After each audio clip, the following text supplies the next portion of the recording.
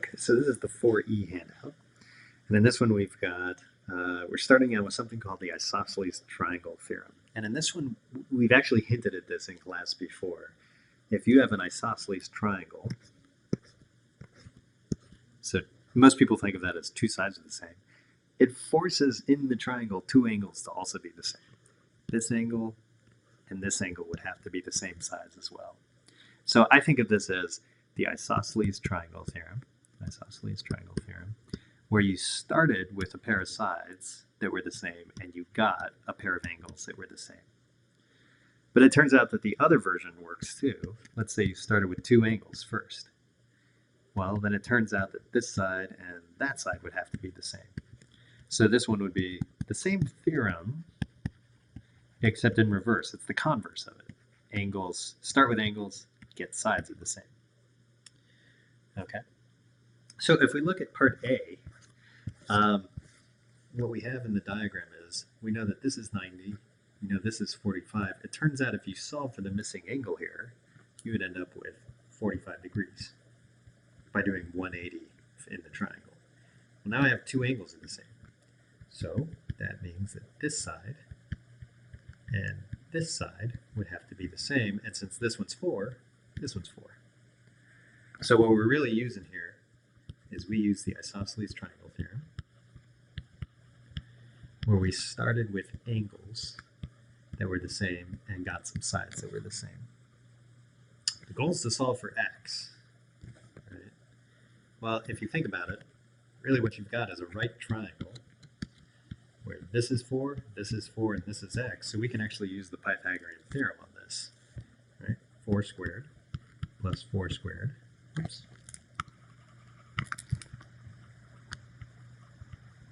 Equals x squared. So that's 16 plus 16, that'll be 32, equals x squared. And then we can take the square root of 32, which is x. And then that can be simplified a little bit. Let's see, root 32 is the same thing as root 16 times root 2. And root 16 is 4, so you could think of this as 4 root 2. You could have also, let's say you didn't see that the root 16 was in there. You could have said, well, it's root 4 times root 8. Right? That one's pretty common for students to remember. Well, that's 2 root 8. But then root 8 can be broken down into root 4 times root 2.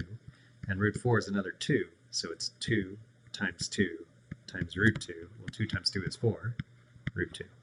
So you could have done it that way too. Okay. In part B, notice that two sides are 9 already. And since those sides are the same, if I trace out to the opposite angles, this angle here has to be the same as that angle there. So this one uses the isosceles triangle theorem, except now we're starting with sides that are the same and figuring out which angles have to be the same. So if this one on the top is x, this one down here on the right is also x. And I know 48 plus the x plus the other x has that up to 180 in the triangle. So let's see, 48, if I take away 48, I'm left with 2x on this side, and the other side turns out to be 132. So x ends up being 66 degrees. Okay. Let's take a look at 2. So let's see. In the proof below, you'll first show that the two small triangles are congruent. Why would it be impossible for the last statement, CD bisects ACB, to have CPCTC, corresponding parts of congruent triangles are congruent, as a reason to justify it? Well, okay. Let's think about what CPCTC is used for.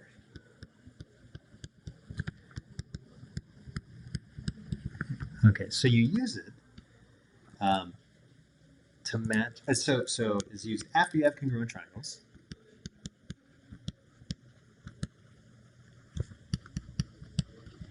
Right. So, right, because you have to have corresponding parts of triangles that are already congruent. So after you have congruent triangles. And you use them to match up corresponding parts, which are angles or sides, in order to match up corresponding parts, or let's say angles or sides. The parts are angles or sides of the two triangles, of the congruent triangles. So if CPCTC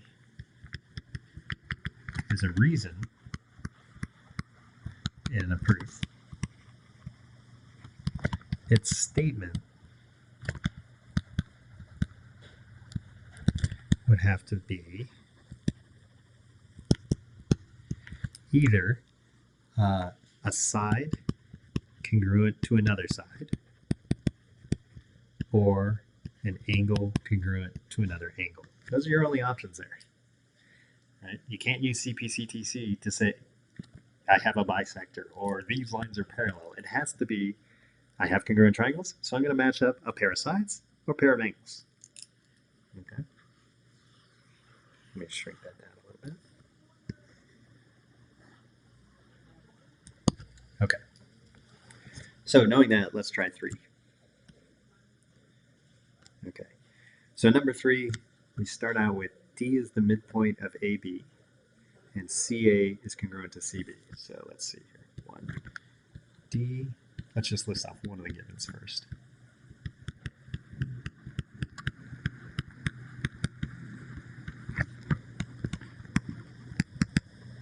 Oh, by the way, we already know we're going to aim for congruent triangles because it said so in the previous problem. So in order to get congruent triangles, we're aiming for SSS, SAS, ASA, or AAS/SAA. One of those 4, right? Okay, so let's see what the first step does for us. D is the midpoint of this line right here, that segment right there. Well, that means that AD and DB have to be the same, right? AD is going to be the same as DB. That's because that's what a midpoint does. That's the definition of midpoint. And if you think about it, now we've matched up a pair of sides. Okay, so let me cut off that part of the proof. Let's look at this one. CA goes with CB.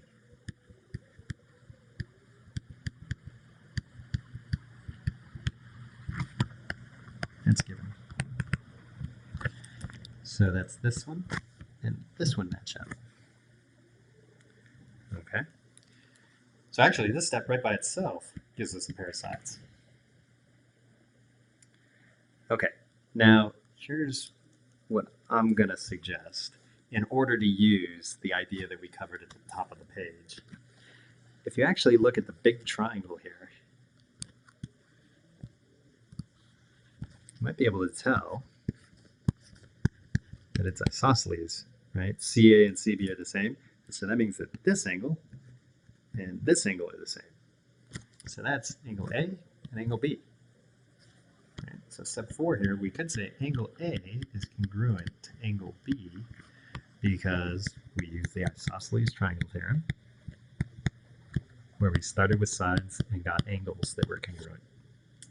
And if you think about this, this is another pair of angles that got matched up. And if you look at the picture, it's not really SSA in the diagram. If you look at one of these small triangles by themselves, you've got a side, another side, and the angle that's touching both of those sides. So it's an S, and an A that's touching both of the S's.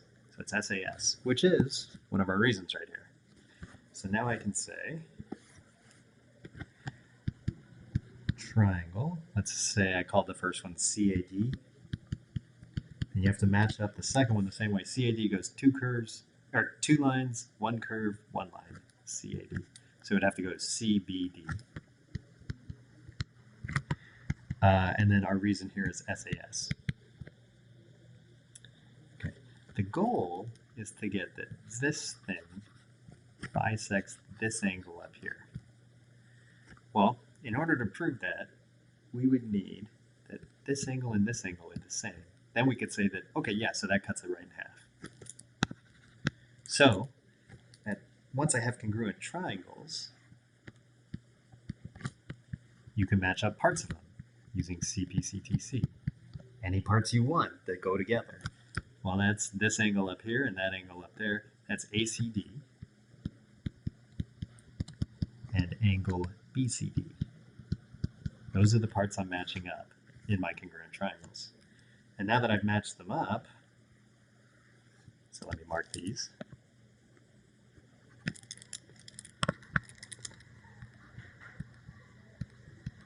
Now I can say that CD does in fact bisect that big angle on the top. CD bisects angle ACB because that's what a bisector does. It's the definition of an angle bisector. Now, some of you may have noticed a different way of doing part of this proof. There is another way that's valid, and it's avoiding this step here, which is not the easiest step to see because you have to ignore the line down the middle for part of it. If you ignore the fact that A and B are the same, you still have two pairs of sides matched up, right? And it turns out that CD is reflexive. So we could have also said, and so here I'll put here, alternate proof. We could have done, instead of step 4, we could have said CD is congruent to CD because of the reflexive property. And then step 5, we could say that the triangles are congruent now. Triangle CAD is congruent to triangle CBD. But instead of SAS, now I just have side, side, side. 3 pairs of sides all matched up, SSS. And then the rest of the proof would continue the same way from there. So here's an alternate way of doing it. Okay? All right, let's try the next part here. 4E. Okay, so we know 4 ways to get congruent triangles. SSS, SAS, ASA, AAS, / SAA. And it turns out there's a 5th one called HL. Now this one's a special case, right? H refers to hypotenuse. Well, hypotenuses are only for right triangles. So, and then the L is for leg. So you match up a pair of hypotenuses. First you have to have a right triangle for sure. So you match up the right angles. Then you match up a pair of hypotenuses, and then you match up one of the 2 legs. And if you can do that, then you can use the reason called HL. Okay? You don't have to use HL. You can usually work your way around it, but it comes in handy if you see the shortcut. Okay, so H is hypotenuse, L is leg. Okay, the hypotenuse is typically not called the leg of a triangle. Okay, so let's see. Number 4 says give 2 ways to show that the 2 smaller triangles are congruent. If you know GH is equal to HI, and that HJ is perpendicular to GI, so these guys are perpendicular. Okay, so they're definitely right triangles. We could, let's say you ignore this line for a second. Then what you've really got is a big isosceles triangle, so then these angles would be the same. So G and I would be the same. And then if we put that line back in, well, now you can say, well, I've got 2 pairs of angles matched up in this triangle with 2 pairs over there, and then a non-included side, not GJ, but one just touching the one curve, and this one's also touching one curve. So I've got 2 pairs of angles and a non-included side, that's AAS, which works. So method 1 would be use the isosceles triangle theorem that starts with sides and gives you angles to show angle G is congruent to angle I, and then use angle angle side or side angle angle to show that the triangles are congruent. Triangle GHJ, let's say, is congruent to triangle, and then if I went GHJ, I'd have to go IHJ. Okay. So that's one way of doing it. Another way, we already know the given again, GH and HI are congruent, and that these two lines are perpendicular, so you get right triangles. We have a reflexive side, HJ. Right? So use the reflexive property to show HJ equals itself. HJ from the first triangle is the same as HJ from the second triangle. And then you'll notice HG and HI are the hypotenuses. HJ is a leg, so you actually have the hypotenuses matched up and a leg matched up.